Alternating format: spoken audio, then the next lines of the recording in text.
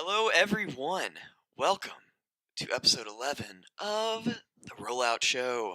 That's how you're going to intro it? I was going to be more excited, but then I started excited and then went into like soft tones to try like jazz. smooth jazz. Yeah. Nice dulcet tones of the Sports Rollout are Show. Cool. Sports. Cool. Listen to us while you sleep. For all your sports knowledge, you can talk at the water cooler. Do you want ASMR while you sleep? Let us make sounds. Did you just blow into a microphone? That's going to sound so bad in the recording. No, I said whoosh. No, don't do it again.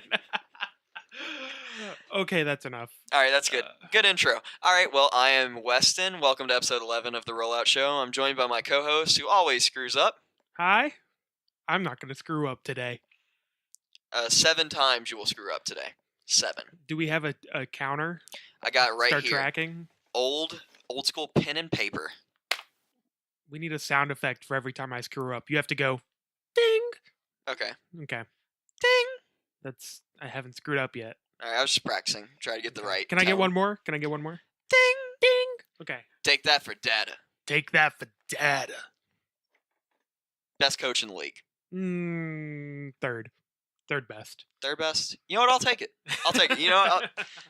As a rookie head coach who's not going to get rooked, third best coach in the league, I'll take it. I mean, how do you, as a Grizzlies fan, your team was Yes. obviously eliminated this weekend. It was sad, but they played their It was hearts a good out. game. I like the Hard-fought Grizzlies too, series. just because they're the team that wins all heart Oh, for sure. every year. How do you Every feel year. about Fizdale, the team going forward? What are your thoughts? How you feeling? I think I love Fizdale. I mean, let's not get around that. At first, I was a little upset that Vogel didn't come to Memphis. I was a little upset, but when I started hearing more and more about Fizdale and how he was in the lead for the job, I was kind of starting to get excited. And then everything this season, I love this dude because he just wants to win a championship. He comes with the experience from the Big Three and the Heat and everything, and that's his only goal. He's certainly Championship. passionate. And he has his players' backs. Like, he will light a fire under them. Oh, I think that's obvious after the rant he went on. Well, because earlier in the season, they started slumping in the second half, going into the playoffs, and he's like, I don't know about everybody else here, but I want to win a championship, and that's why I'm doing this. I'm not just looking at making the playoffs every year and nobody expecting us to do anything. That's not going to pass with me. And then I think that lit a fire under the players, and he just seems to get the most out of everyone. And Can I make a minor criticism about what you're Yeah. talking about? So he seems like he has his players' backs. He's very fiery. We all know about him now because of the "Take That for Data" speech. Yes. The Grizzlies were the same team they've been for the last 4 or 5 years, the same result, the same Oh, talent. I was about to get into that.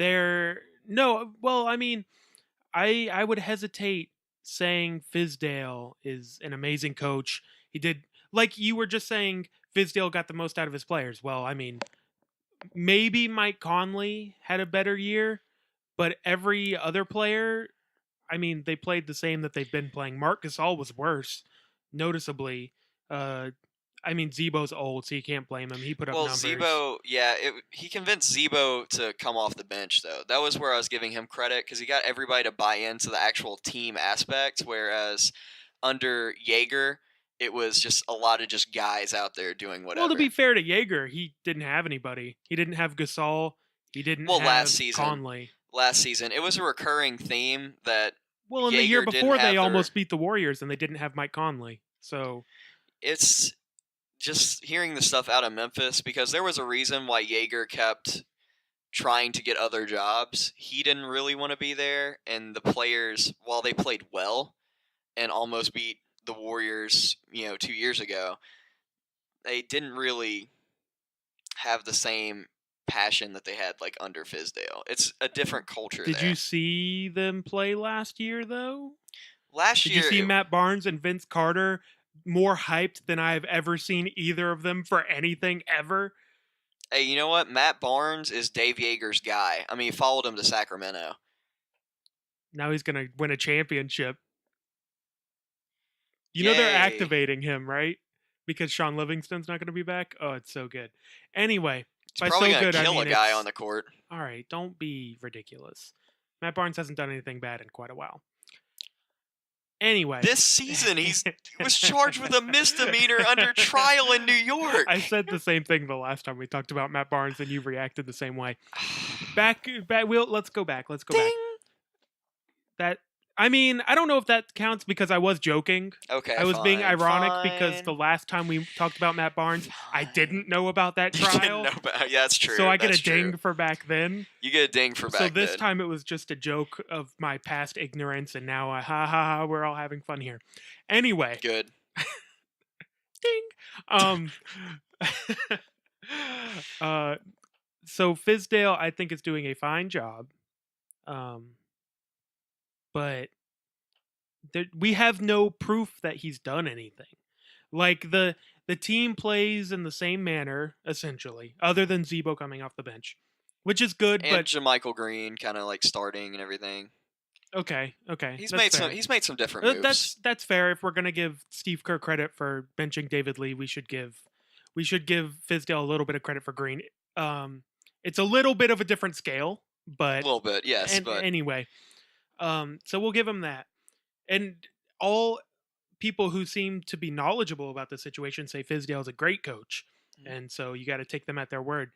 I would just hesitate to call him like a coach of the year or something, because I'm not calling him that. Oh, I know you aren't, but just because of one fiery speech, everyone thinks he's the best coach in the league now, and that's obvious exaggeration. But he took a team that is generally out in either the first or second round and is a pretty good team who doesn't make it any farther, and they got to the first round. They competed with the third best team in the league, and hung with them and played really hard and played well, and that's that.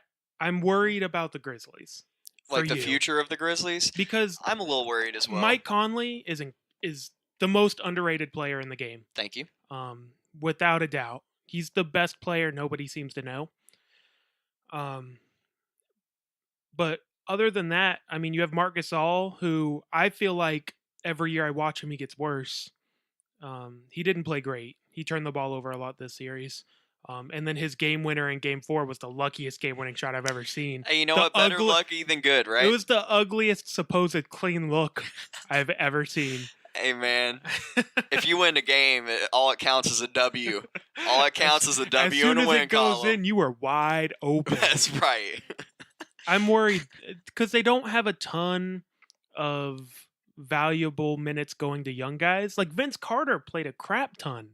Hey, Vince Carter could still ball, though. You have to give him that. What you just said is the definition of what's wrong with the Grizzlies, though. I know. Because Zebo can still ball. He's like 37. Yeah, I know. I will give them credit, though. They are trying to get younger. It's just, it's hard to get younger and stay competitive at the same time. I mean, we've talked about this before. There's two ways you get good in the NBA. Either you tank and get really good draft picks, or you convince free agents to come, which is what Cleveland and Golden State and places like that have been able to do. So, I mean, Memphis has to get a free agent because they're too good to get a good draft pick unless you get lucky with someone like Kawhi. Well, you have to get lucky. Predict that. You have to get lucky with somebody like Jimmy Kawhi Butler. or Giannis or something, because Giannis was kind of late. Yeah, he was like mid-first round, right? Exactly, yeah, he's 15. But that kind of stuff, there's a reason they go there. It's because no one's predicting them to become what they become. You can't. Right. You're not going to take someone at the back half of the first round and legitimately think they're going to be a superstar. Yeah, you're not going to be like, you know what? I'm really thinking LeBron James is going to fall to 17th in the first round. Well, I mean, even beyond that, Kawhi Leonard is now either the second or third best player in the league, depending on who you ask. When he was drafted, he was early picked second 17. rounder, right? No, he was picked 17. Okay, my bad. Into the back half of the first round. Nobody in the NBA would have told you that he would be a top 3 player in the league. Nobody. Because if they legitimately thought that, they would have found a way to get him. Oh, absolutely. because I mean, players, Indiana wouldn't have traded that pick. superstars in the NBA generally don't fall out of the lottery. It just doesn't Mm. happen unless it is a shocking surprise. So, I mean, you can get lucky. You could be the Spurs and just somehow always have a superstar in your lap. Even though they didn't draft Kawhi, but we can talk about that later. They got him. Good job. No one likes George Hill anyway. San Antonio loves George Hill, apparently. I can see why, though. But yeah, so either you get lucky. So I guess there's 3 ways to get good in the NBA. You suck for a long time. You get a free agent to come, or you get lucky and draft Kawhi Leonard. That's about it, and that's why I'm thinking I'm still cautiously optimistic on the Grizzlies. It's going to be a team built around Marc Gasol and Mike Conley. That's just evident. They're the 2 biggest It's guys just taking how- up cap space, and then I Can want to Mike see. Conley be the best player on a championship team?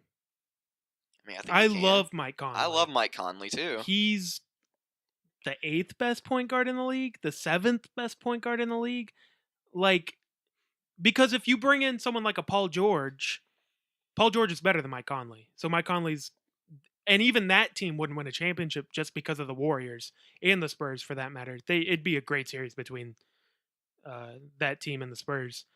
But even with the addition of Paul George, I don't think you're winning a championship. So how can you say that Mike Conley can be the best player on a championship team? I mean, if you had 3 Mike Conleys, then you're good to go.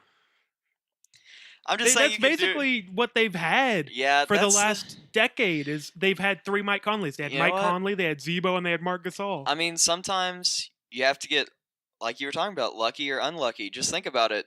Memphis should have beaten Golden State when they won the title 2 years ago. With Mike Conley is a different. It's a different discussion. They lost the in Warriors. 6. The Warriors didn't play anybody with a point guard that season. It doesn't matter. They won, and they would have won whether Mike Conley was there or not. It was unlucky that they didn't get a fair shot, but they wouldn't have beat the Warriors that year. They just wouldn't have. We don't know, and we can't. We'll never know. So we'll never know. So you can't say that the Grizzlies would have won. Well, you'll say no, I'll say yes. So we'll just go with that. Let's leave that at that. You just said ding. No, that's a ding on you. That's a ding on you, sir. Hey, I'm just saying we'll never know. I'm just trying to get you fired up, man. Come on. Hang with me here. Don't underrate that Warriors team. 2 years, Grizzlies winning it all. On the back of Chandler Parsons. No. In that 8-knee Can operations. we talk about the most overrated player in the NBA? His name is Chandler Parsons. You know what? It balances out. We have the most overrated player in the NBA on the team and also the most underrated player on the NBA on the team. So you know what? You got to balance out. I would love to see Mike Conley get a ring, though. I would, too. I think it will eventually happen, but we'll see. He's 28 already. I mean, he's got like 5 years left of his prime. I'm not saying he's going to do it in his prime, but I think he may eventually win a ring. He should have got out of Memphis, man.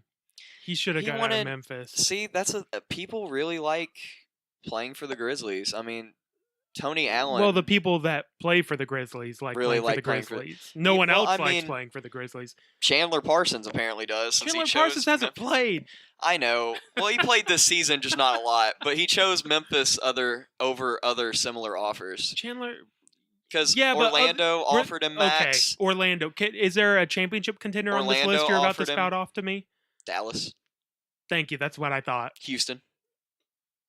To be fair, at the time, people didn't think they were a championship contender. Looking back, he's probably like, God, I should have gone to the Rockets. He would have been a horrible fit for that team. He would have been, but I mean, I'm just saying, like, he had other offers and he chose Memphis. It's not like the Cavs came knocking or the Warriors or the Spurs. We don't know. I'm just kidding. Come on. I mean, the Cavs could have come knocking and said, "Hey, here's 1 year and $2 million." Exactly. So, and you know what? How much is a ring really worth? Is it worth 80, 100? $94 million. There we less. go. There's the 94. number. $94 million. He signed for the exact same as Harrison Barnes. I'm gonna go with no. Give me the $94 million, please. Thank you. Hey. Anyway, we've kind of He's kind of touched a lot on the Grizzlies here. Is there any other playoff Well, discussion I you'd wanted like the to... Grizzlies to morph into a more general conversation about the NBA, which I feel like we had. We have. Yeah, We had. had. I mean, About how the worst thing you can do in the NBA is be a mediocre team. Or mediocre is a strong word. yes. Let me walk that back. Being a good team, Good team. not Yeah. great. Atlanta not Hawks. Like, we've had this The conversation for aggressively the mediocre Atlanta Hawks. last 10 years. We've talked about the Atlanta They're Hawks. always 4 or 5 games over 500, never better, never worse. Except for that one season, they got the 1 seed. It didn't And matter, didn't stand a And then they chance. got swept. Yep. So who cares? Exactly. And that was, you know what? That was funny because that was the year where, like, man, Atlanta's going to be terrible. And it's like, oh, wait, they're the 1 seed. And that team reminds me a lot of this year's Celtics team, too. Just the whole, you win a lot of tight games, good team basketball, great coaching. Ball movement. Things that work in the regular season that don't work in the postseason. Absolutely. Because in the postseason, the superstars step up. And if you don't have a superstar, you're screwed. Or if your superstar is 5'8" and can't play defense and has a lot of stuff going on. And, I mean, has the same problem Steph Curry has this time of year when the calls that are called in the regular season aren't being called in the playoffs. There's nothing you can do. It's like you're playing in the 90s. And most people... I mean, Isaiah Thomas couldn't play in the 90s. Steph Curry wouldn't be this in the 90s. He could play, but he would be just a really, really good role player in the 90s. He'd probably be like what his dad was, to be honest with you. I think it'd be because, I mean, we can't... Because, I mean, his dad played in a more physical era, you know? Yeah. Where there was less three-point shooting and everything. You can't really make those comparisons, too, because if Steph had grown up playing in a more physical area... area. Ding. That's 2. Maybe you got crap to say about Charlotte, North Carolina? I have nothing other than, the team's not very good. Michael Jordan could probably start on their team. That's the only... Kemba Walker's great, though. Kemba Walker is good. He's not great. If they were great, they'd have made the playoffs by now. They made it last year. As an 8 seed, right? No, they were a 7 seed, right? No, they were a 6 seed. Were they? But last year was the year where, like, there were 4 teams that had the identical record, and it was all on tiebreakers who got which seed. So Charlotte was 6, but they could have been 4. That doesn't count then. They could have been 4. That doesn't count. The Celtics had the same record as the Hornets. I said the Hornets. Oh, ding. No, it is the Hornets. Oh, it is. Ding! 3. That's 3 for me. Yes. Woo! Woo! Oh, no. It hurts. I'm looking real good for that 7 prediction. Oh, yeah. Oh, yeah. Still got like another 45 minutes to get through. I'm already at 3. I just trapped you into that call right there. I'm on pace for 12. Oh, God. Please get me out of this hell. Let's talk about something I know what I'm saying. I don't know, though. All right, so we got hockey playoffs. Bradley, would you like to comment on that? I'm going to not say anything so that I don't make any more mistakes. Goodbye. Who's left in the playoffs? The Penguins. And? Got one. I don't care. I don't know. I don't watch hockey. It's a sport that I need to try to get into. You really do. And I'm going to try to get more and more into it because I need to get back into it more than what I was. Kind of been lacking on hockey a little bit. But my favorite thing from this past week was when we were watching highlights and it was the Capitals game. And you're like, wow, what a heck of a goal. Like, that was a super good goal. And then 2 seconds later, you were like, yeah, that's the team Ovechkin plays for, right? Dude, you were just oohing and ahhing over Ovechkin's goal, bro. It never said who scored that goal, though. It never said it. It said Look, Alex Ovechkin. This was at like 2 a.m. after the draft, and I was tired. Okay, you know what? It was 1 a.m. I was still tired. You were still tired. Too many drinks. I needed a nap. You needed a nap. I needed some chips and salsa. Hey, some coffee. Oh, that would have been nice. We should have made a Starbucks run. Yeah, but that Starbucks closed at like 9. We would have had to make a drive. Yeah, we would have gone. We would have had to gone to the 24-hour Starbucks. Anyway, off of Starbucks. So, would you like to talk about the NBA offseason a little bit, or just little tidbits like Lonzo Ball not getting an endorsement deal, stuff like that. Those are very different conversations. Well, Which one do you want to have? I just meant like little tidbits of stuff. One is a super sportsy conversation. The other one is a bit more real life Businessy. conversation. Yeah, I just meant like NBA topics outside the playoffs. I mean, okay. Let's do off season first. Let's talk about upcoming free agents and stuff. So upcoming NBA free agents that could change the tide of the Memphis Grizzlies or some other team. Steph Curry and KD are going to leave to sign with Charlotte. Could you imagine how dirty Charlotte would be? So amazed. And I root for the Warriors because I'm a bandwagon fan in the NBA, and I just root for my favorite bandwagon players. Alert. Before Steph Curry came on the scene, I was an OKC fan because I loved Kevin Durant, and then Steph Curry mesmerized me with his talent and beauty, so I started rooting for the Warriors. It was the shimmy, wasn't it? It was such a nice shimmy. So I would be disappointed to see them leave the Warriors, but just as like an overall sports fan with no real team loyalty in the NBA, I would love that. That would be the most exciting thing since the decision. The decision. I'm going to take my talents to South Beach and join the Miami Heat. No, it's the decision part 2. I'm going to take my talents to Charlotte, North Carolina. And team up with Michael Jordan and join the Charlotte Hornets. That'd be great too if they were like, I'm going to team up with Michael Jordan. It's like, bro, he's not even playing, but the team has no one that you could, like, I don't know. It'd be so good. Nicholas Batum and Kemba Walker. And you got Kemba Walker, but that's But I mean, if Steph signed there, he'd be dethroning Kemba. So I don't think Kemba could play too either. You could probably keep both those guys out on the floor. I mean, they could both play though. on the floor at the same time. I mean, Golden State uses like Sean Livingston and Steph at the same time sometimes. I don't know. It'd be weird. It'd be weird, but I mean, it could make it work. I mean, Steph could play 2 guard without any issue. And Kemba could as well. In today's NBA, I feel like you could have 5 point guards out there at the same time if they all had size and defensive ability. Oh yeah. I mean, today's NBA is basically all about jump shooting and athleticism.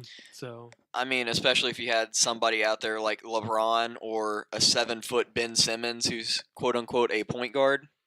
Well, I think he's officially a small forward, right? Well, I guess he's coming into the season LeBron. they said he was going to play point guard, but he's drawn a lot of LeBron comparisons. Yes. I mean, it doesn't really make sense to make those 5 position distinctions anymore, but that's basically what LeBron was until maybe semi-recently, where he almost always played point. I mean, get it in the best player's hands. Still does, unless they want Kyrie to get rolling. It's a very fluid game, this game of basketball. It's a great game. Second best sport. Besides baseball. No. Soccer? No. The other football. Skating on blades? Skating on swords? Skating on swords. Those knives on their feet. It's just dangerous. We didn't even get to upcoming free agents. Oh, no. Okay. So, upcoming free agents, you have guys like George Hill, Jeff Teague, D. Rose. Super.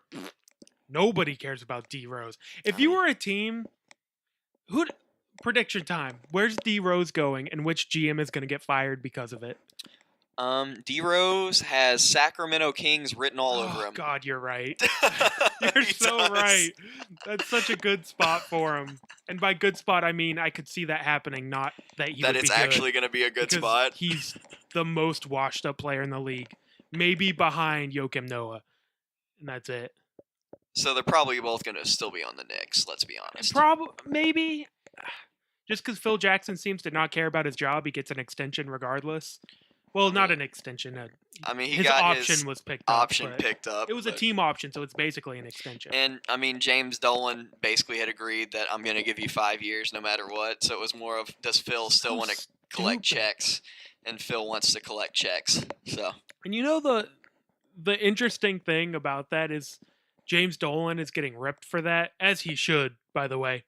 But most of the time, you hear people say that owners are too impatient and they constantly want to bring in new Yep. people and get new ideas and stuff. And he's actually showing some patience with Phil Jackson, and everyone wants him gone. Well, that's the thing, because he's never shown patience in his career. Because James Dolan, everybody's like, "Oh, you only gave this coach 2 years. You only gave this GM like 2 years or Was whatever." he the owner with Isaiah Thomas, though? He was. He gave Isaiah Thomas plenty of opportunities. Well, do you see the connection? Legendary Yeah. basketball Probably figures. he admires and idolizes. Exactly. And to be fair, though, Isaiah Thomas had like 7 different roles in that organization, so he kept getting fired from one. Failed at all of them. Yeah, pretty much. Is he would still just like a D2 college basketball coach? Because that was a thing for a while. No, he was a D1 basketball coach now at FIU. That's right. I mean, he's not. Yeah, basically D2. It was either FIU or FAU, but he isn't there anymore. I think it's FAU. Yeah. Yeah. The Owls or whatever. Yeah, where Lane Kiffin went. Yeah. See a trend there. Ooh. Quite the combo. That's right. Wombo combo. Ding ding. I deserve that. Yeah, you deserve that. Anyway, I think he was gonna be part owner of the New York WNBA team. Oh, that's right. But I don't think did that fall through? I think it fell through. Oh, let's get a ding for Weston there. That was just poor English. Weston gets a low pitch ding. He gets a dong. Dong. Ooh, right on the same page with that one. Hey. Anyway, he because he had the sexual assault issues in his past. He had forgotten all about that. Yeah, he kind of got into a lot of crap when he was in New York. And I guess FAU, because I think that's how he got fired. Was sexual harassment allegations. Anyway, free lighter agents. Note. Kevin Durant, if he opts out of his deal. You might as well not mention Kevin Durant and Steph Curry because they're both coming back to the Warriors. I mean, they just are. You just have to list them, though. I mean, but why? But if we know Bradley, where they're going already, we never know. I mean, you do though. You're just 99% sure they're going to Golden State until they sign on the dotted line. It's not for sure. Kevin Durant.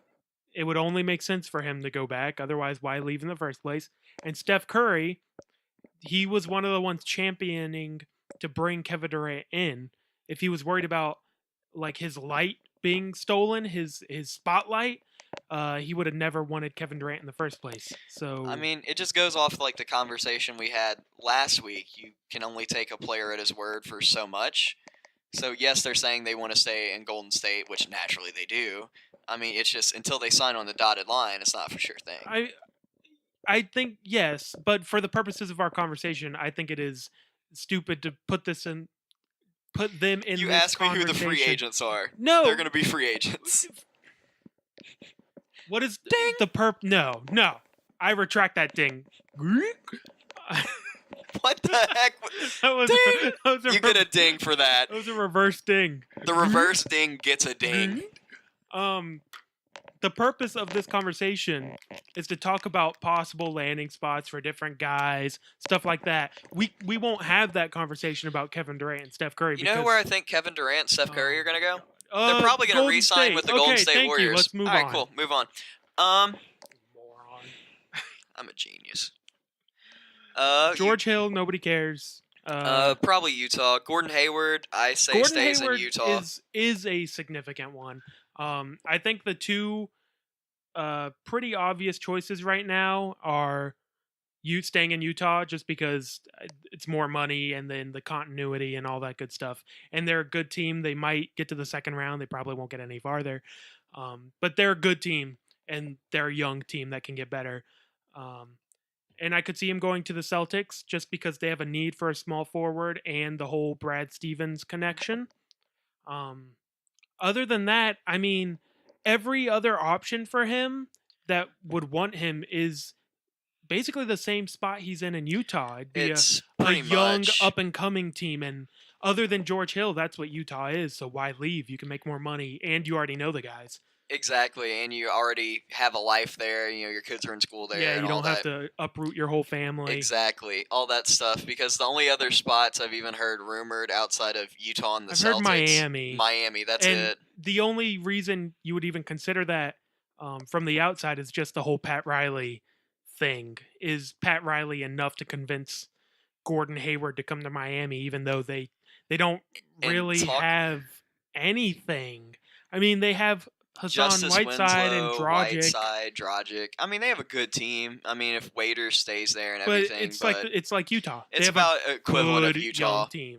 It just depends on, does he want to go to the East? And if he does go to the East, he'll probably sign with the Celtics. And talk about two completely different places. Miami versus Salt Lake City.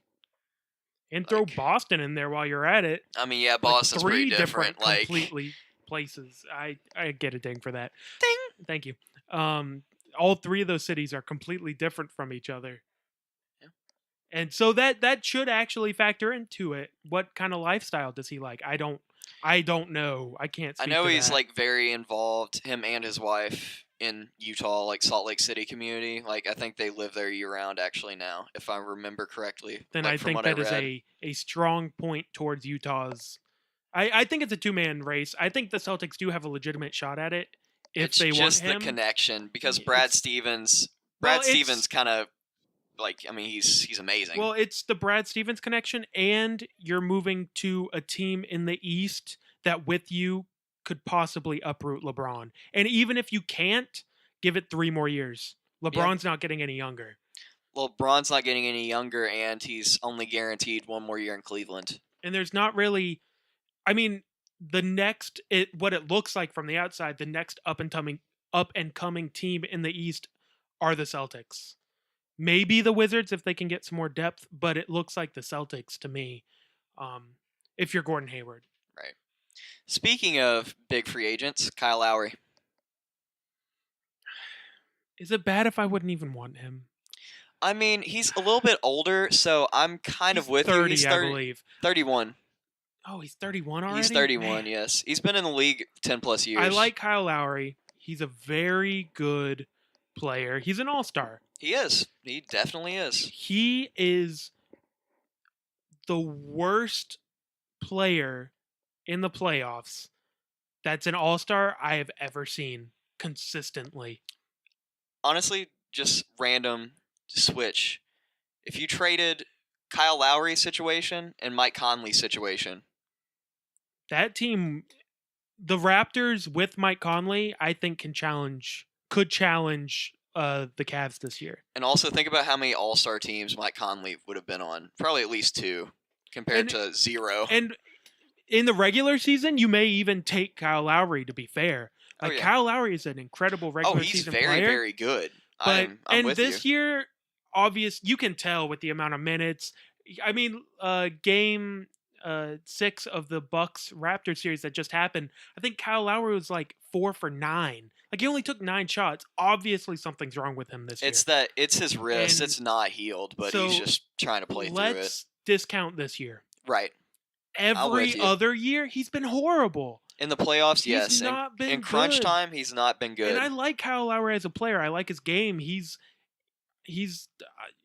a good player. He's an all-star. Top 10 point guard for sure. Absolutely. Arguably top 5 some years. Right, exactly. But he just can't get it done in the playoffs. And some guys, the pressure just gets to you. And as much as Kyle Lowry probably tries to shrug that off, it has to be the case. There's no other explanation. I get it if and Steph actually will need to face this coming up. Has a little bit of this in him. Because he has some good games, but he has had 2 finals in a row so far where he hasn't shown up. If he plays poorly again this year, and them winning has masked a lot of it. It definitely has. If he does it again this year, the same sort of conversations will start to come out about him. About some guys just don't have it. Now, with Steph, I think there's a legitimate explanation / it's an excuse of the whole guys are just more physical in the playoffs and stuff gets called or stuff doesn't get called that would have got called in the regular season. And with that type of finesse game that he has, that Kyle Lowry doesn't, I think there's an excuse there. Mm-hmm. I won't even call it a reason. It's an excuse. Yeah, there you go. But I still love you, Steph. You're my bro. My favorite player. The only NBA jersey I own. I love you. Anyway, I think there's an excuse with Steph that doesn't quite work for Kyle Lowry because he doesn't play that finesse game. He's a grinder. I mean, he shoots. He's a jump shooter, but he's also someone that I would consider a physical grinder type player. And it's concerning that he doesn't show up. Give in the me, playoffs. even though he's been in more All Stars, is a lot of the times the better player in the regular season. Give me someone like Lillard over him every day. Give me Mike Conley. I would take Mike Conley. It's close, but give me Mike Conley.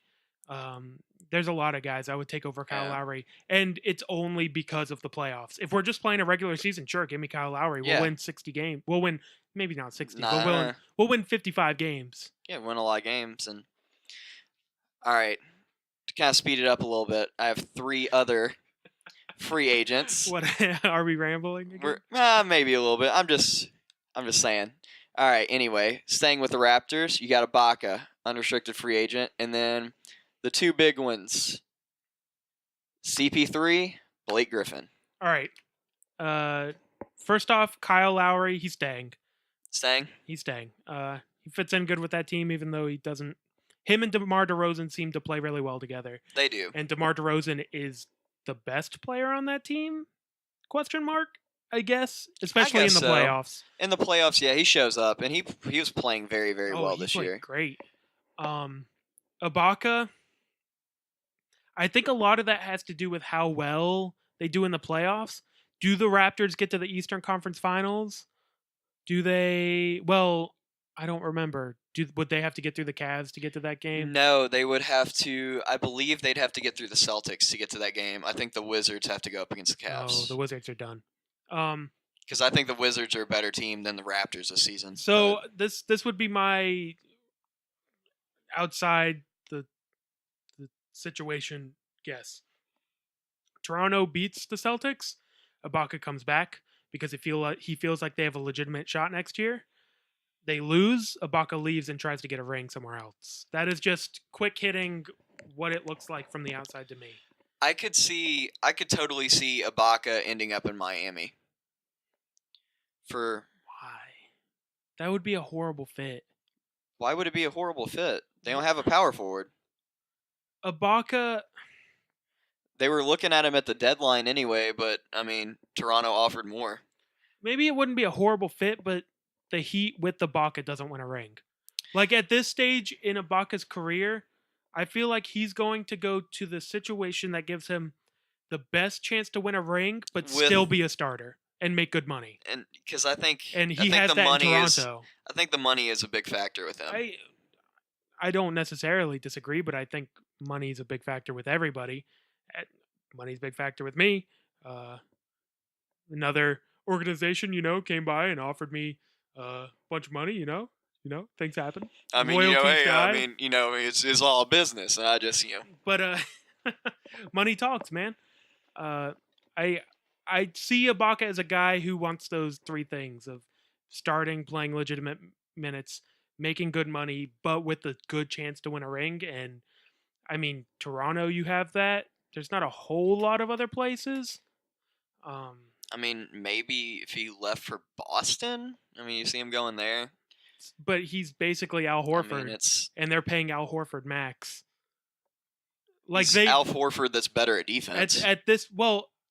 To be fair to Al Horford he's a good defender. Is a great post defender. He's not very good at much else. Yeah, it's just he's not Ibaka, the rebounder. He's not the shot blocker, but he is a good Ibaka defender. Can do more things on defense and still hit you. I would call Horford a good team defender. But you're not going to bring Ibaka in unless you could flip Horford, and then they're basically the same player. Yeah, because then you'd have like an Orlando Magic kind of situation where you kind of had 2 bigger guys. But I mean, Ibaka really likes to play outside. He kind of seems like he wants to be a Ryan Anderson, but good at defense. Because he shoots a lot of threes. Like watching him play a lot, he was jacking it up a lot. Yeah. And he takes pride on that. He wants to be the all-around player. And he's good. He's a good player.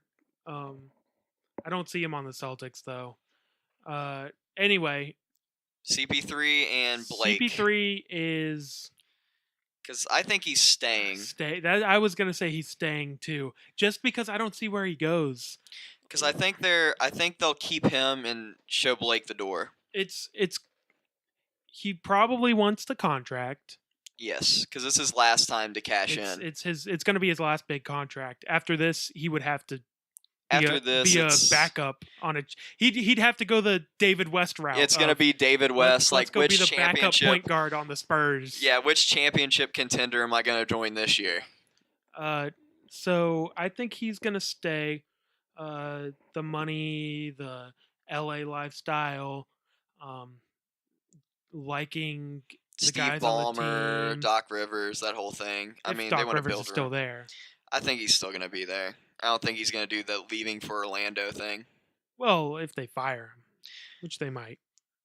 A lot of people are now. A lot of talk is like, Doc Rivers, is he overrated? Does he have too much of a role in LA? He has too much of a role. He shouldn't be like day-to-day operations GM with trade discussions and then also trying to coach the team when you also seem to have a conflict of interest because of his son. He seemed very unwilling to give up his son in any trade talks to get Carmelo. They need a legitimate GM. They really do.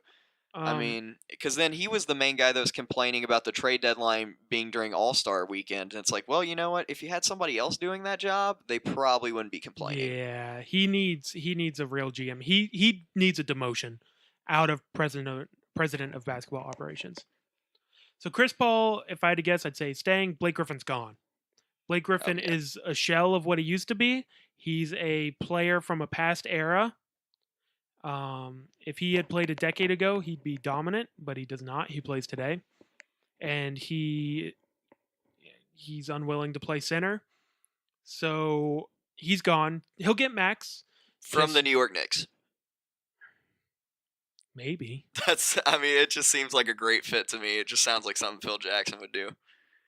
I mean, I would, but if I wouldn't sign Blake Griffin to a max deal at this point. Blake Griffin hasn't shown in the last 2 years that he still got it. Blake Griffin was considered a top 10 player in the league 3 years ago. And while that may have been overrated, I think top 20 is more than fair 3 years ago. Something is wrong. It's a combination of him trying to be more of a jump shooter and not being as aggressive and the injuries getting to him. I think because he's not the same player. He's less aggressive. He seems less athletic. And I don't know if that's just the way the team is going or something, but I mean, I just think the writing's on the wall that he's going to be gone unless if you're that team that even if you beat Utah in Game 7, you're going to lose next round. Oh yeah, absolutely. You have to do something, and even if that something is addition by subtraction, let Chris Paul be the guy instead of trying to force feed Blake Griffin. You have to do something. Maybe it's a Houston Rockets situation, addition by subtraction. You get rid of a guy who you feel like you have to give the ball to just by name alone and let the point guard just take over. I don't think Chris Paul would thrive in that role personally, just because he's not the dynamic scorer. But we'll see. Yeah. Who else was on the list? Was that all three? That was the last three that I named. Yeah. So let's move on to the biggest topic of what's happened the past few days: the NFL draft. Woo!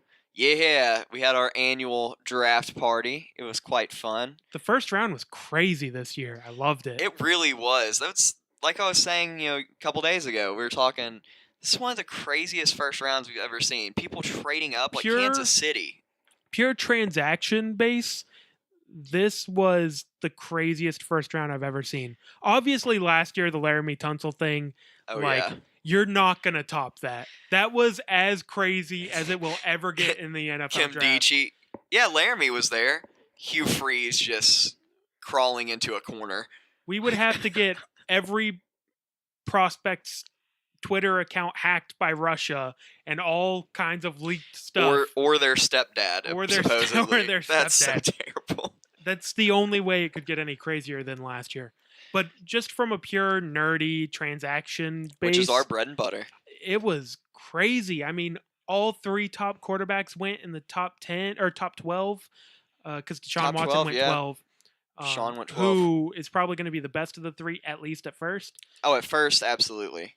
All the trades, the Bears presumably bidding against themselves to move up 1 spot to draft Mitch Trubisky. Who says you need experience to be an NFL GM? Because John Lynch just threw one over on Chicago. He had a good draft. He had a good first draft. I think it is unwise to take back all of the criticism of that hire. It's not, because it's been 1 draft. It's been 1 draft, but I don't think any of us. I don't think any of us expected him to come out and just do that well of a job in his first draft. But we also don't know how much of that was him. I'm just saying he deserves credit, though. He definitely deserves. Oh, he deserves credit. I'm just saying all the criticism of why did you hire him? He has no qualifications. I don't think it's time to pull all that back yet. Oh no, I don't disagree with you on that. I just want to give the man some love. He got a lot of hate over the offseason. He got a lot of hate on that. I'm so curious. I hope somebody writes a book about it one day. It's would be the most boring book ever. But who would read it? Me and you or something? What? I just hear about the highlights.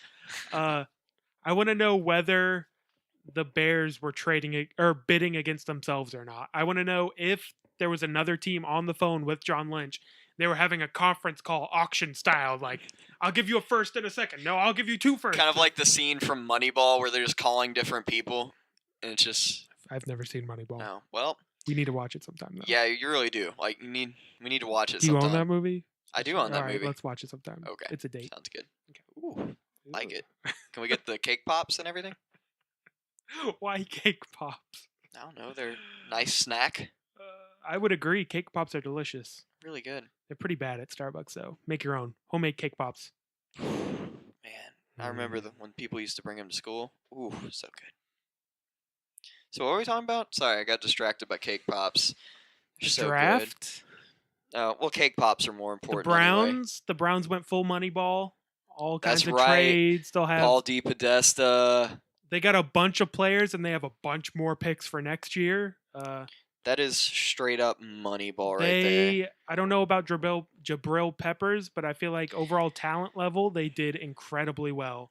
See, that's the main pick that they did that I really kind of am skeptical of. Even their Njoku pick, like, I don't know. I mean, I thought Njoku was better than Evan Ingram from Ole Miss. I mean, we both watch SEC football, and we're sitting there like, Evan Ingram? That was a joke pick. Like, if he doesn't turn out to be good and just all of us are idiots, like, what are the Giants doing? Anyway, I just really, instead of Jabril Peppers, would have preferred someone like Jonathan Reuben Allen. Foster. Well, Reuben Foster, they have Jamie Collins. They kind of play the same sort of role and position. I get why they didn't want to do that. I get the appeal of the utility of Jabril Peppers, but why wouldn't you want like a Jonathan Allen? Well, he went before Jabril Peppers. Did he? Are you sure? Jabril Peppers was 25 and Jonathan Allen was 17 because the Redskins were like, oh my gosh, he fell into our laps. Jabril Peppers didn't go 25. Yeah, 25. Did he? Yeah, I have it right in front of me, Bradley. Because they kept trading back. Too many drinks, man. Too many drinks. Oh no, I remember trading back. I thought it was in the teens. No, they kept trading back. What is wrong with me? Yeah, because they got Peppers at 25 and Njoku at 29, which I thought was really good value because I'm really shocked the Giants didn't pick him there. All right, forget everything I said then. Yeah. Who cares? I'm an idiot anyway. And also, so we have our new all-heart team. It's got to be Takaris McKinley from the Atlanta Falcons, right? Like, that dude, man. I want that man to succeed. Oh, the grandma with dude. The picture of the grandma. I could have easily taken the street route. Oh, my heart. I was like, oh, my gosh, I love this guy. That dude, I'm in. I'm not even a Falcons fan, but I'm rooting for this guy. I hope he takes the league by storm. Just him and Vic Beasley, because I like Vic Beasley, too. Just him and Vic Beasley just wrecking quarterbacks. He was awesome. I've never seen someone take a portrait of someone else onto the stage, and I'm glad it worked out like that. He completely dethroned Garrett Bowles bringing the baby, because then it's like, then you have Takaris McKinley with the inspirational speech with the portrait of his grandmother right there. It's like, Oh yeah, Garrett Bowles brought that baby out there. That's Nobody right. cares about a stupid baby. My favorite line from that though was he's going to remember this for the rest of his life. I was like, he's going to remember he's it from the obviously like video. 6 months old. Oh my gosh. I like what you're going for, Garrett Bowles. Like, and your stuff was inspirational as well. But like that line just cracked me up. That was the first thing I saw. I was like, he's gonna remember this for the rest of his life. He will remember the videos he sees for the rest of his life. Yes. You just can't compete with a grandma that you made a promise to make D1 football, and oh man, that story was crazy. Getting out of Oakland and everything. It's a good story. It's a very good story. And speaking of just kind of switching gears here a little bit, value picks. Tim Williams, 3rd rounder for the Baltimore Ravens. I am very high on that pick for value because Tim Williams, it was him and Reuben Foster that seemed to be in on every play at Alabama on that and defense. Jonathan Allen. And Jonathan Allen. Yes, I'm talking more like linebackers that are just like flying everywhere. It was always Reuben Foster on the inside, and he had Tim Williams on the outside. You do have some character concerns with Tim Williams. Andy was a little banged up, but I really didn't expect him to fall past the 2nd round. But for Baltimore to scoop up yet another Alabama linebacker who seemed to have fallen in the draft, I mean, that's kind of their bread and butter right there. I think he's going to fit in well, opposite Terrell Suggs. Yeah, nobody cares. Yeah, well, I'm just kidding. Hey, that's how good teams stay competitive. Let's talk about what people want to talk about or hear about, I should say. Ding! The quarterbacks. We're at 7 now, by the way. At least 7. No, that's 5. Get out of here. Dude, no. You've that's dinged. 5. Dude, we were at 6 on the last one. No, we weren't. We were at 3. You're going to listen to this audio. I will do no such thing because I am right.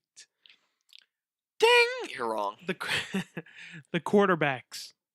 What kind of, how you feel about the quarterbacks going so high? You high on any of the picks? I am. What quarterbacks do you think are going to be successful? I feel like the obvious one is Deshaun Watson to the Texans. I think that's a good fit, even though Bill O'Brien runs a completely different system from what Deshaun did at Clemson, so he's going to have a little bit of a learning curve. But overall, the pick that most people didn't seem to like, Trubisky. Which I really liked, not even Trubisky. I like Patrick Mahomes landing in Kansas City. I think that's the perfect spot for him. I think he's going to be good with Andy Reid. I know the Cardinals were upset that they missed out on him. Oh, yeah, because that had Bruce Arians written all over it. He's in a good spot. He can sit for a few years, learn. We'll see. These young guys end up being rushed in because something happens almost all the time. So we'll see. He's so sloppy. His throws are incredible to watch until he just throws one up. That's why I think he's going to be really good, because he's going to learn under Mr. Checkdown and Mr. Fundamental and Alex Smith and also Andy Reid. But he's going to have the arm strength and mobility that Alex Smith wishes he had. I just question how much they spent to move up there. Because if you're the Chiefs, unless you're looking to replace Alex Smith, which they might be. This might be... I mean, he's got 2 years left on his deal, I think. This might be a situation where we don't want to put up with Alex Smith any longer. Let's get his successor in as quickly as possible. But if that's not the case, and they still believe in Alex Smith, why wouldn't you just wait till next year? Why spend so much to move up to pick 10? I mean, I think they know that the window is starting to close on that team. And, I mean, how long can you keep doing the exact same thing? But it's not like Mahomes is going to come in and start right away. Well, no, he's not. But I think that's the thing. They loved Mahomes. Like, that's the guy Andy Reid had his eye on. And it's, honestly, it's that arm strength and mobility. Yeah, but you can find arm strength and I mean, Kaiser, they could have got him at the end of the first round. No, I'm just saying, arm strength and mobility. That's, I don't know. I think Andy Reid fell in love with trust Patrick Andy Mahomes. Reid. Obviously, he's a great coach, Hall of Famer. I don't know. Is Andy Reid Hall of Famer? That's a different discussion. He's going to be a Hall of Famer. I think so, even without any rings, because he'll never get one, unfortunately. I mean, what did the Chiefs really need, though? I mean, their biggest obstacle was they found a quarterback that they loved, and they needed a successor for Alex Smith, because Alex Smith is who he is, and he can't win the big game. He's just Mr. Checkdown. You already have two really good Oh, I young don't running like Alex backs. Smith. I at this point, if I was the Chiefs, I'd be trying to flip Alex Smith. I'm with you. Well, I mean, they were. I know they didn't say they were, but you would have to think they would have been interested in Romo had he. I would absolutely agree, especially because if you could afford it, have him and Alex Smith, and Alex Smith can just be the backup. Anyway, um, I it just feels like they paid a lot to get Mahomes, but it's one of those things where you just kind of have to trust the process, trust Andy Reid and his evaluation, and whoever else is doing the evaluating. I don't really know, and we'll see. We'll see. I mean, he looks good. He's got a lot of learning to do, I mean, he but so did has. Aaron Rodgers, and Right. look how that's turned out. Exactly. Look how that turned out. Why'd you say it like that? I just felt like it because I know how much you love Aaron Rodgers. I do. He's my favorite player. So similar. Funniest thing because, Alex Smith got picked ahead of Aaron Rodgers. So that's kind of why I was thinking that. Kind of full circle. Anything else on the draft you want to talk about? I did like the little tidbit of John Lynch and Solomon Thomas being classmates at Stanford and doing group projects together. That's I think incredible. I think that's ridiculous. That is Like, incredible. just sitting there in class, like, yeah, so we're gonna get together and work on that economics project, right? Oh yeah, sure, no problem. And then year or so later, he's drafting you in the first round, and now he's your boss. Like that's just sick. It's just a crazy coincidence. That's the whole reason he took that Niners job. He just wanted Just to for draft this moment. just for that moment. All right, guys. Well, looks like I'm riding into the sunset now. I got Solomon Thomas, and we're good to go. Some other picks I liked. I know you aren't as high on it. I kind of did like John Ross in Cincinnati. I mean, I think he's going to be a legitimate number They two just receiver. took him too high. I see, and maybe, but they took him at 9. They took him at 9. I mean, I And don't that think he team was going has to a fall. lot of needs. It doesn't. He wasn't going to fall past that. I mean, what, maybe to 11? But here's the thing: yes, they need a receiver opposite AJ Green. They do. They don't have a lot of talent behind him at the receiver position, but receiver is a spot you can get fast streakers later on. Like that team has so many needs. You could have drafted Jonathan Allen there, Reuben Foster, a bunch of other really good guys I don't remember right now. Well, to be fair, though, they did get some value in the 3rd and 4th rounds. They got Jordan Willis from Kansas State. He's a really good defensive end, as well as Carl Lawson from Auburn. They both were very, very good in college. So, I mean, but they're not top-tier talent. I mean, it was a deep draft. So, I mean, I think that's what they went with because... It was a whole, the receivers were going early. We can find defenders late. Number 5, and it now. wasn't Mike Williams. Which that pick shocked me. Was a worse pick, in my opinion, than John Ross, but we can get to that later. Well, I'm shocked that Mike Williams went to the Chargers, for one, because I didn't find that as a weakness of that team. So now we can take this to a more broader discussion. Thank you for bringing that up. Yeah, no problem. There's 2 different philosophies you use when you draft. You take best player available regardless of position, or you take best player available that also fits a team need. And it's interesting to see the 2 philosophies come to a head there. The Chargers, I think it's obviously clear that they didn't need another receiver. They have 3 really good receivers in Benjamin, Keenan Allen, and Williams. And then you have a 4th that's pretty good with Dontrell Inman. Yeah. Then you have 2 tight ends in Hunter Henry and Antonio Gates. The only way that pick makes sense with Mike Williams is if Mike Williams was the best player on their board and they went into the draft and they said, we're taking the best player. And Mike Williams is a great player. I think he's the best receiver in this class. But they did not need him. They need defensive and O-line help so bad, and running back help, because right now they're just rolling with Melvin Gordon. And for them to take Uh, Mike Williams oh at my 7. gosh, yeah, Mike Williams at 7. And they got wow. Ding. Okay. ding. Now you're a 7, Then at least. Anyway, but they did kind of luck out because they got Forrest Lamp in the second round. He fell to them, so they did get the O-line help they needed, but yeah, but you can't that's predict that. you can't predict that's all it, exactly. That's all I mean. It's interesting how you have some teams like the Bengals. I'm just gonna say it. There's no way John Ross was number 9 on their board. There's no way. He was the last of the good receivers, though. When you look at it, and that's what I'm saying. It was a team need, and they rushed the pick because it was the receivers were going, and you could have tried to trade down with Kansas City or something. I mean, other than that, well, and the Bengals did say they tried to trade down. No one wanted the pick. What? Dang. I mean, at least they gave it a shot. They were probably asking too much and all that, but it's just interesting to see the two different philosophies at work, where the Charger, and both can be wrong. And from an outsider's point of view, for all we know, Mike Williams was the missing piece in San Diego, and John Ross is going to be better than AJ Green. Neither one of those is probably going to be true, but we're just making educated guesses. It's interesting to see the two philosophies both supposedly be wrong. I just found it interesting because I'm a loser nerd. Okay. Sorry, I tuned you out for like the last 15 That's minutes. Wow.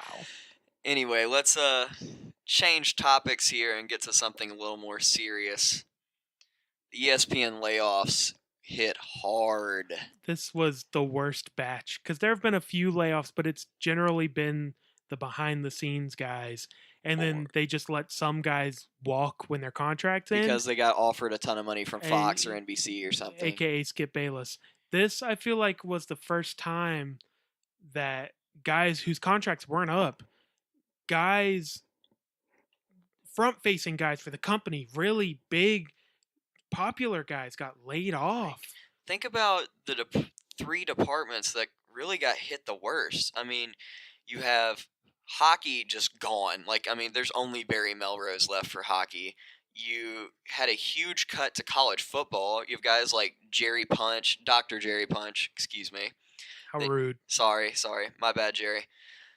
Dr. Jerry Punch, Danny Cannell. I mean, that's the one that really hit home with me. That one was very surprising to me. And you know how I felt about Danny Cannell in the past, and then how I changed with Danny Cannell, because after, just a little tidbit of information here, after meeting Danny Cannell, oh my gosh, he became my favorite person at ESPN. You hated Danny Cannell. I still didn't agree with a lot of his sports opinions, but starting to listen to Russillo and Cannell on the way to work, and that was a good show. It was a really good show, and they fit very well together and had good segments. And in the Levitard show are the 2 top radio shows on ESPN that I listen to. Like, I'd rather. Okay, I thought you were going to say they were the 2 top radio shows, and I was going to. That I personally would listen to. I was going to say Mike and Mike. Mike and Mike is a very good show, but I just like the chemistry Russillo and Cannell had in the segments. I agree completely. That was my 3rd favorite ESPN radio show behind the Levitard. I almost called it the Stugatz show. The Stugatz show. Stugatz would love you for that. The Levitard show and Mike and Mike. I really liked Russillo and Cannell. They worked good together. I like Russillo surprisingly a lot, and it's sad that he is reportedly going to have a reduced role. He's apparently going to have a reduced role, but he's getting to keep the radio show. Word on the street is apparently what Russillo said, but I don't know if he's going to host it by himself. Because the day the layoffs happened, the Russillo and Cannell show was solo Adnan Virk for 3 hours. Man, Adnan Virk. I mean, I love the dude, but that had to be a tough assignment for him that day, because all of his friends are seemingly getting laid off because he's a big hockey and baseball guy, and those departments got just wiped clean. Yeah, it was rough. A lot of ESPN radio, and I think it shows that, I mean, radio's dying. Podcasts are coming up, but podcasts don't make as much money as radio. That's evident from our podcast. And I'm part of the problem. I don't listen live. I listen to 100% every single radio show I listen to is in podcast form. I listen to Best of Mike and Mike. I listen to the previously recorded episodes of the Dan Levitard show. I listen to Russillo and Cannell after it's already been on.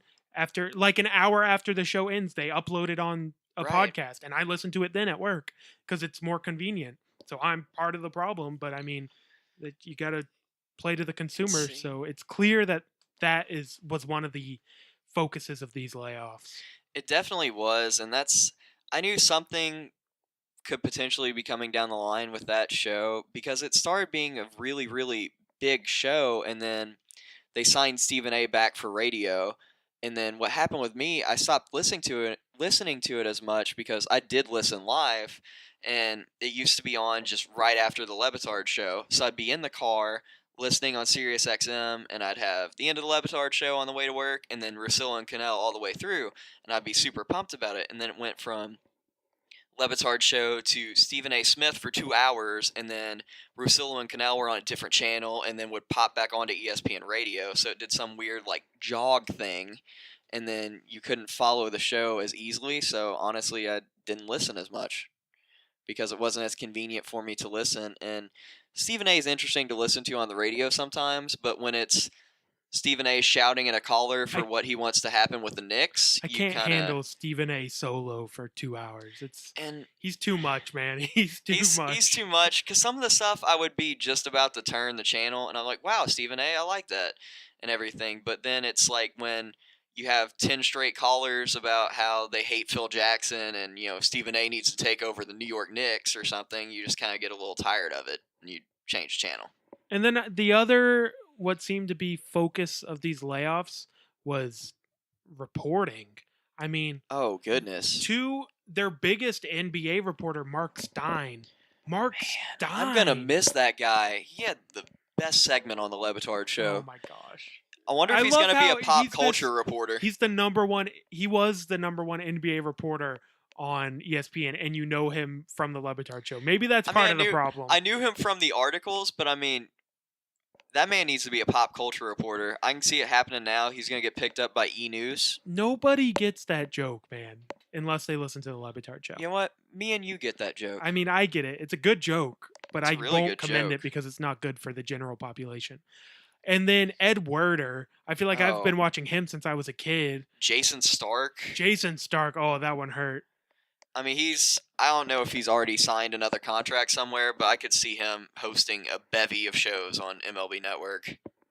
And yeah, other than Buster and Tim Kurchin, Jason Stark was the man for baseball. Oh, and he was their analytical guy because Buster and Tim Kurchin are more of the old school, more of the old school, and honestly, a lot of what Buster does is more of like kind of delving into the personalities of the guys and the opinion pieces and stuff like that. Right, exactly. Jason Stark is almost all facts, and Jason Stark was hard numbers. He was giving you the potential WAR of a guy drafted in the 7th round of the draft or something. Like, I mean, that dude put in some man hours doing that analysis. Plus, he had the best segment on Mike and Mike. Oh, that was a great segment on Mike and Mike. It was and that the best.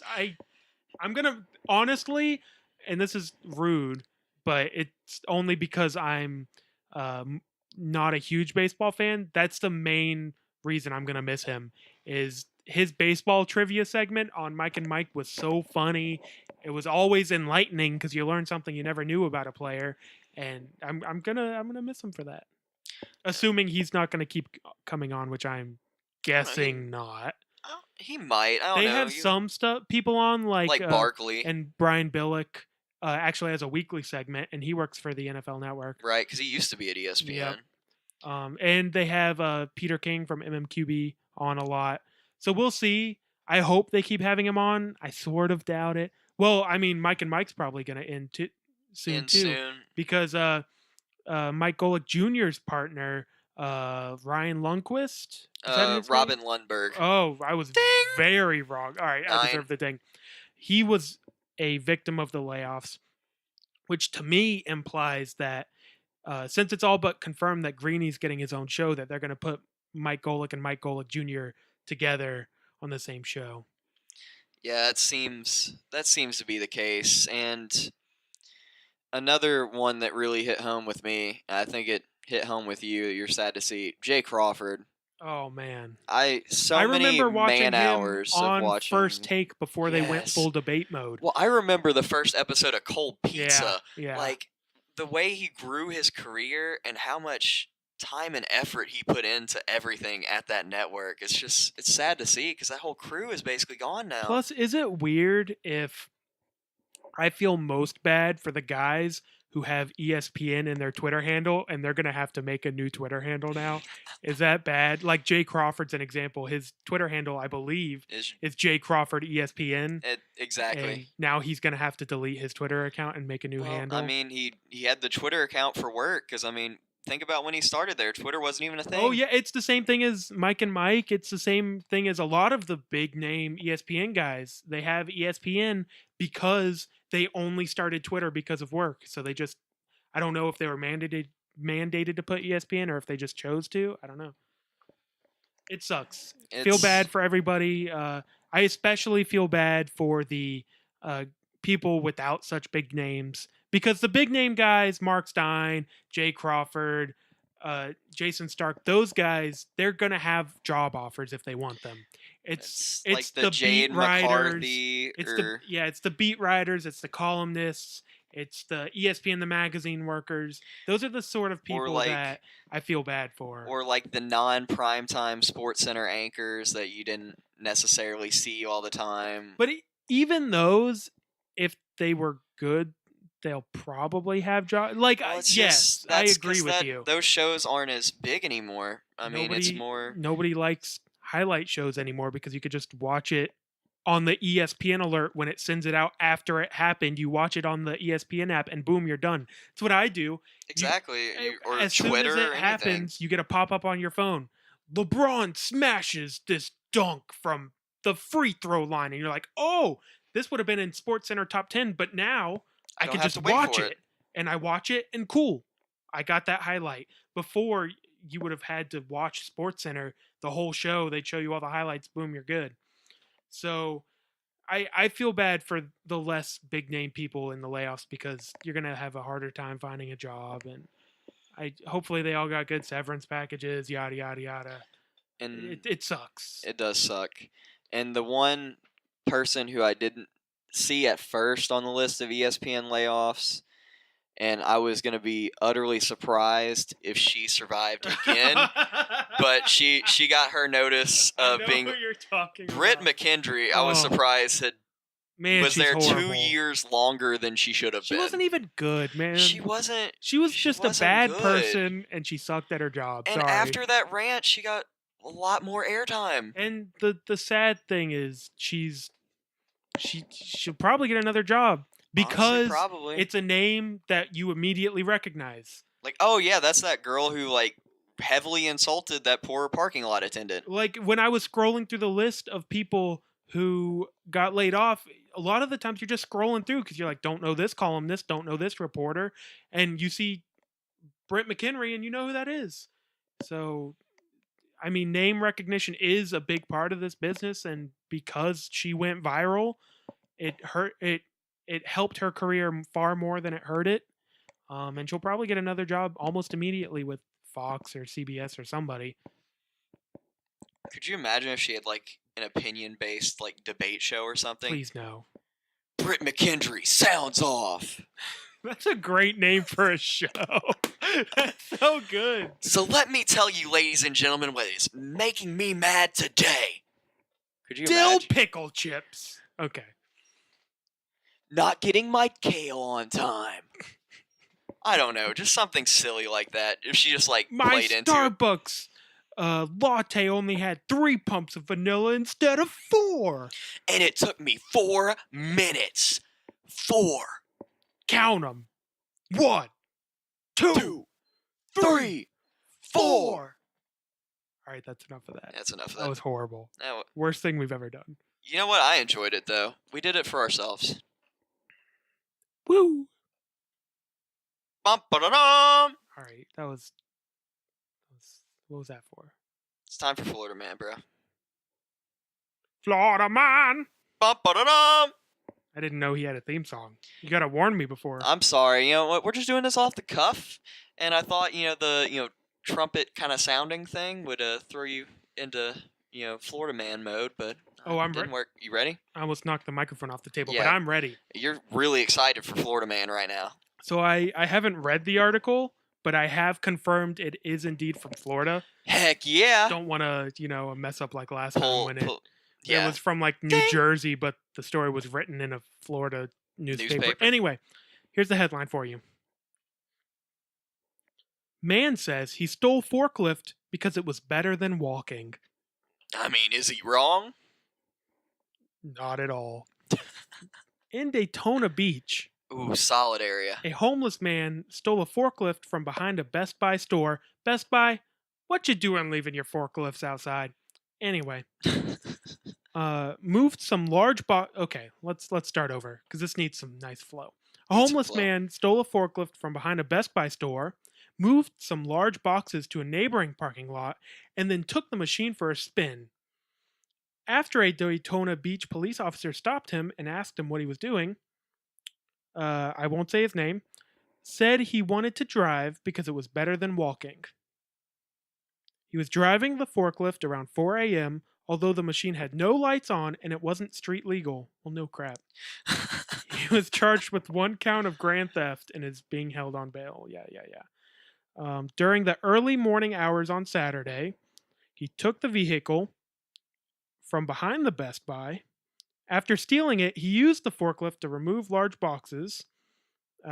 He inspected the boxes, but determined they did not have any value, so he left them in the parking lot. Yeah. That's it. That's what we got. So that's all on Best Buy on that one. In February, he was arrested on allegations he had ordered a beer at Kerr's Wing House and tried to pay for it using an expired credit card that belonged to somebody else. All right. Not White bad. crime. You don't get that reference because you don't listen to Lil Dicky. I get it. Oh, you do? Wow, I'm impressed, dude. Yeah, thanks. I don't know. I feel like that song's about him. Anyway, that was another great edition of Florida Man. Yeah. Take us out. All right, everyone. Thank you for listening to episode 11 of the Rollout Show. It was a good show. It was a good show. Good effort. Good job, team. I'd like to thank our producers, me, and I'd like to thank our hosts, Weston. And thank you. Yeah, good job, everybody. Thank you to Starbucks for keeping us caffeinated and hydrated. That's right. And you know what? We'll see you next week. Hit us up on at the Rollout Show on Twitter, and be sure to interact with us. We'll probably throw some polls up there during the week to just keep you entertained. And we will see you next week for episode 12. We out. Pew, pew, pew, pew, pew, pew, pew.